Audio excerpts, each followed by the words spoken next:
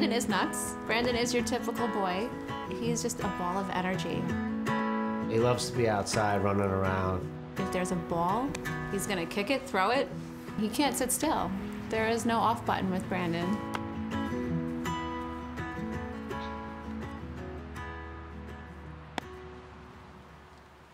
I was riding on my bike and I felt bumps on my neck, and I told my mom and dad.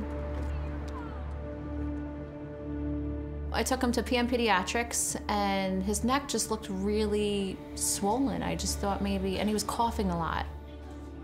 I thought it was nothing the entire time until we got to the hospital, and that's when everything just went really fast.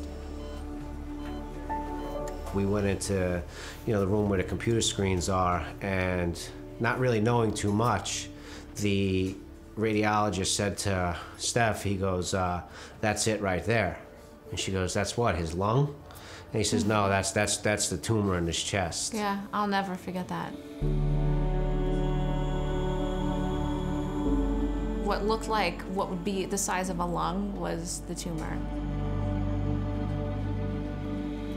They brought us into a room and had told us that, Brandon was diagnosed with non-Hodgkin's lymphoma. And about an hour or so later, the bone marrow test came back, and he said, unfortunately, they did find leukemic cells in his bone marrow. It's stage 4.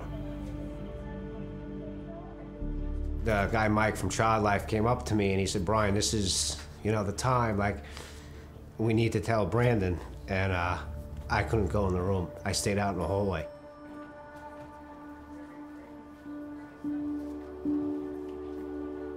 I remember one of the nurses coming out, and she had tears in her eyes after they told him, and she said, when the doctors asked Brandon, "Do you have any questions?" his question was, "Why do I have cancer and none of my friends do?"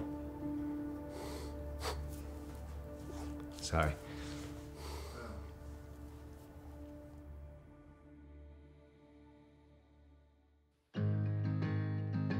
Right now, we are in the home stretch. We have 7 months left. His tumor is gone, and he's in the maintenance phase. Today, he's like any normal kid. He's out and about, he's running around. He does not let anything slow him down.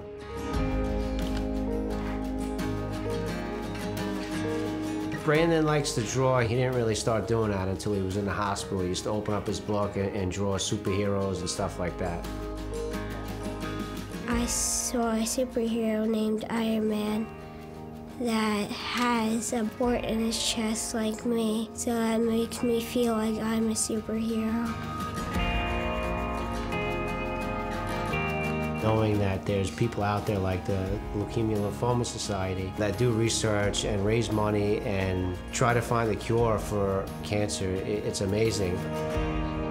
Words can't explain how thankful I am that you're putting in the time and the effort.